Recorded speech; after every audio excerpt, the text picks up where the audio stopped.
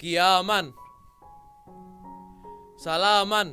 Assalamualaikum warahmatullahi wabarakatuh. Waalaikumsalam warahmatullahi wabarakatuh. Bismillahirrahmanirrahim. Julusan tartiban. Selamat pagi. Pagi, Pak. Masuk semua. Tidak. Siapa yang tidak masuk? Ahmad Hussein sakit. Siapa lagi? Muhammad Wahid. Dua ya yang tidak masuk ya. Iya, Pak. Baik, pada pertemuan sebelumnya kita sudah membahas terkait dengan hak dan kewajiban warga negara yang diatur di dalam Undang-Undang Dasar Negara Republik Indonesia tahun 1945. Nah, pada pertemuan kali ini kita akan mempelajari terkait dengan nilai-nilai Pancasila. Tujuan pembelajaran pada kali ini adalah peserta didik mampu menerapkan secara kreatif dan komunikatif nilai-nilai Pancasila dalam kehidupan sehari-hari. Sedangkan indikator pencapaian tujuan pembelajaran yaitu peserta didik mampu menerapkan secara kreatif dan komunikatif nilai-nilai Pancasila, khususnya sila pertama, sila kedua, sila ketiga, sila keempat, dan sila kelima.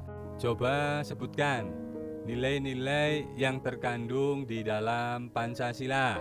Nilai dasar, nilai instrumental, nilai praksis. Beda langkah membentuk lembaga ini satu hal yang akan bisa mengcounter tantangan yang sifatnya global ini tidak?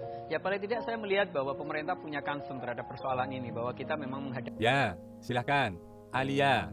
Menurut video yang saya lihat, dapat saya simpulkan bahwa perkembangan Pancasila pada masa Orde Lama kurang dosis, pada masa Orde Baru kelebihan dosis, dan masa setelah Orde Baru atau masa reformasi kehilangan dosis.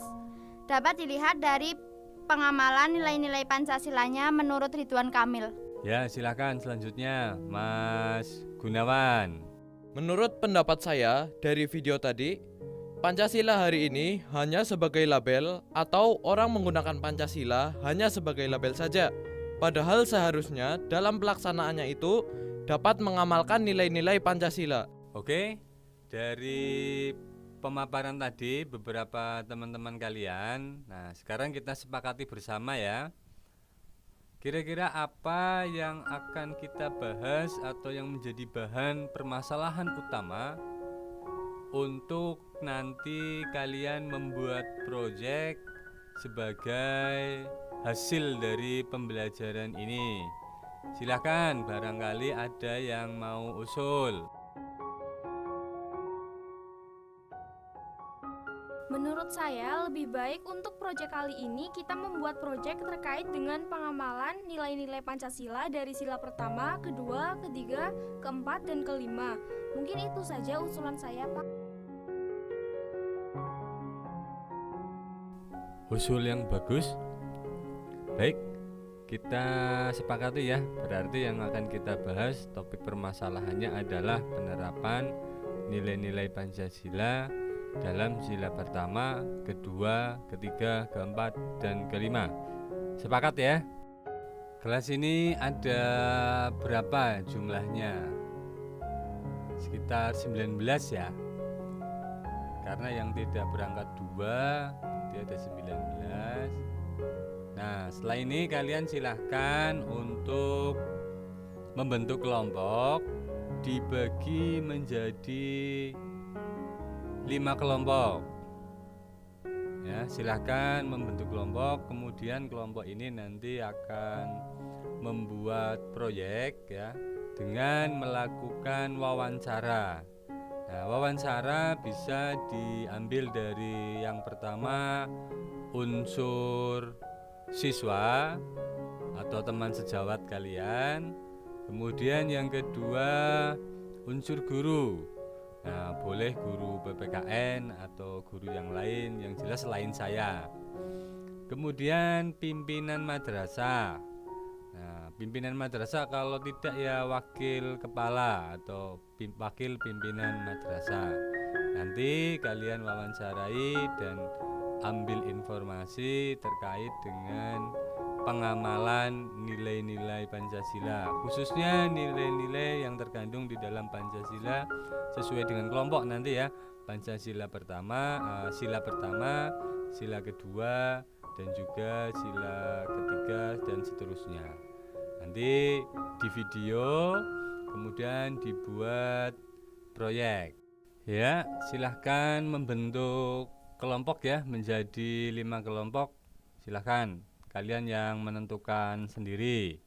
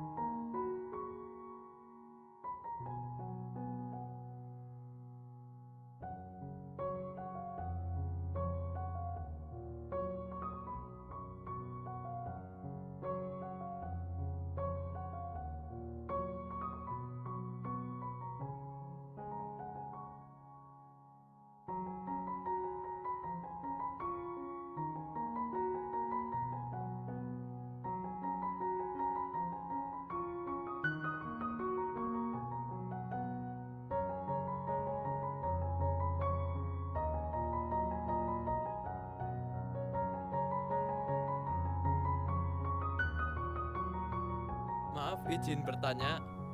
Ini untuk pekerjaannya bagaimana ya, Pak? Nah, gini Mas, jadi nanti kamu mengerjakan LKPD ini ya, dicari referensinya, sumber datanya di buku paket atau melalui online itu juga bisa. Nah, setelah itu nanti kalian ini satu tim melakukan wawancara kepada guru, kepada siswa, kepada kepala madrasah. Nah, datanya itu dikumpulkan di video ini menjadi proyek dan datanya nanti disalin di LKPD ini. Nah, besok pertemuan berikutnya nanti dipresentasikan. Permisi Pak, saya mau tanya, ini penyusunan pedoman wawancaranya bagaimana ya Pak? Ya, nanti kalian ini tinggal disusun aja buat pertanyaan untuk guru, untuk siswa, untuk kepala madrasah. Misalnya pelaksanaan sila ketiga di lingkungan sekolah atau dalam kehidupan sehari-hari yang dilakukan oleh siswa, yang dilakukan oleh guru, yang dilakukan oleh kepala madrasah dan seterusnya.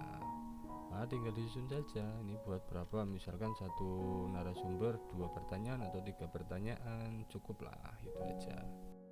Untuk membuat proyek ini kalian semua membutuhkan waktu berapa lama? 1 minggu cukup ya? 1 minggu ya, karena memang pertemuan berikutnya harus dipresentasikan ini ya. Nah, nanti kalian silahkan mencari, menentukan narasumbernya siapa, siswa 1, guru 1, kepala madrasah 1. Nah, itu nanti diwawancarai di video, kemudian dibuat proyek berupa video berdurasi kurang lebih 1 menit saja ya. Nanti ditampilkan wawancaranya seperti apa dari 3 narasumber itu. Kemudian silahkan kalian edit dengan menambahkan video dari kalian sendiri yang berisi ajakan kepada masyarakat bahwa ayo kita terapkan nilai-nilai Pancasila dalam kehidupan kita, dalam kehidupan sehari-hari. Nah, itu nanti dibuat jadi 1 video, durasinya kurang lebih 1 menit cukup ya. Nah, itu dipresentasikan di pertemuan berikutnya bersama dengan LKPD yang sudah kalian kerjakan. Bisa dipahami ya? Oke, silahkan setelah ini kalian melakukan wawancara ya. Kalau ada kendala silahkan hubungi saya, nanti saya bantu, bisa via WA atau yang lainnya. Oke, silahkan dikerjakan ya. Ini saya ingin menanyakan beberapa pertanyaan tentang Pancasila, Pak. Untuk pertanyaan pertama ini, bagaimana penerapan dan menurut Bapak tentang Pancasila kedua di kehidupan sehari-hari, Pak? Sila kedua, sila berarti kemanusiaan yang adil dan beradab. Pada dasarnya semua rakyat Indonesia ini, terutama bagi pelajar yang sekarang mungkin sudah belajar di madrasah sebenarnya tanpa membeda-bedakan ras, budaya, agama, dan lain sebagainya.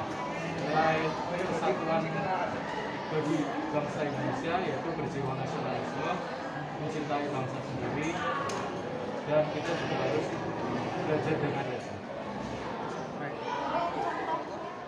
Iya, boleh. Bagaimana cara penerapan sila ketiga dalam kehidupan sehari-hari? Penerapan sila ketiga ya, artinya persatuan. Kurang lebih tidak jauh berbeda dari yang lalu tadi, tapi waktu khusus mengenai persatuan, maka kita harus ingat ada pengembangan sikap. Saya cek dulu apakah sudah selesai LKPD-nya. Yang pertama, kami mewawancarai Yeseka Febriana Putri, pengamalan Pancasila sila kedua. Menurutnya, membantu orang tanpa pandang bulu. Yang kedua, melakukan penggalangan dana untuk membantu korban bencana. Yang ketiga, melakukan sosialisasi tentang kemanusiaan. Saya mewawancarai Bapak Novilianto selaku guru PPKN Man Purbalingga. Penerapan Pancasila sila kedua menurut beliau menjiwai nilai Pancasila secara keseluruhan, menghormati dan menghargai orang lain serta tidak membeda-bedakan orang lain. Seberapa jauh kata mencintai dan semena-mena terhadap orang lain bagi kalian, dan bagaimana pembelaan orang lain?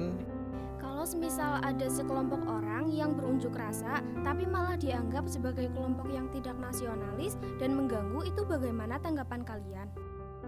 Kalau ada orang yang berunjuk rasa tetapi tidak dianggap tidak nasionalis, menurut saya berunjuk rasa itu tidak masalah sepanjang tidak mengganggu ketertiban masyarakat dan tidak mengganggu nasionalisme sebagai warga negara, dan jika ada permasalahan bisa dimusyawarahkan.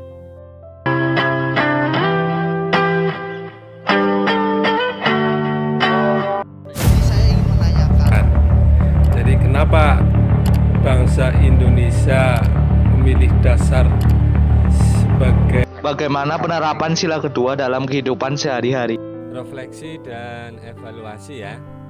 Ternyata kalian memiliki wawasan yang cukup luas ketika kalian banyak membaca dan memanfaatkan teknologi di era sekarang. Mempelajari teknologi seakan menjadi sunatullah di era sekarang.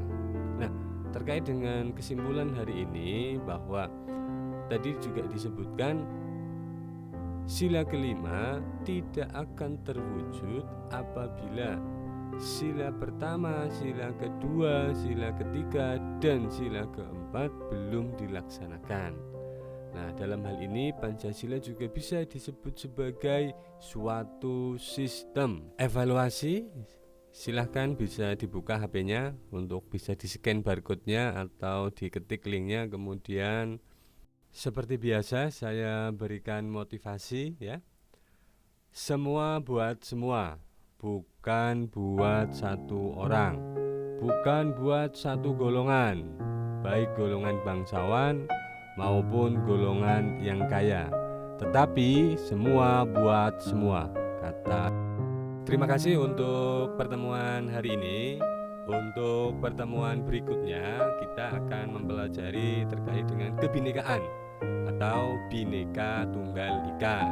Nah, silakan mulai cari informasi ya untuk pertemuan berikutnya. Silakan ketua kelas untuk memimpin doa penutup. Mari teman-teman kita membaca doa kafaratul majelis. Wahid Isnain Salas. Subhanaka Allahumma wa bihamdika asyhadu an la ilaha illa anta astaghfiruka wa atubu ilaik. Terima kasih. Assalamualaikum warahmatullahi wabarakatuh. Waalaikumsalam warahmatullahi wabarakatuh.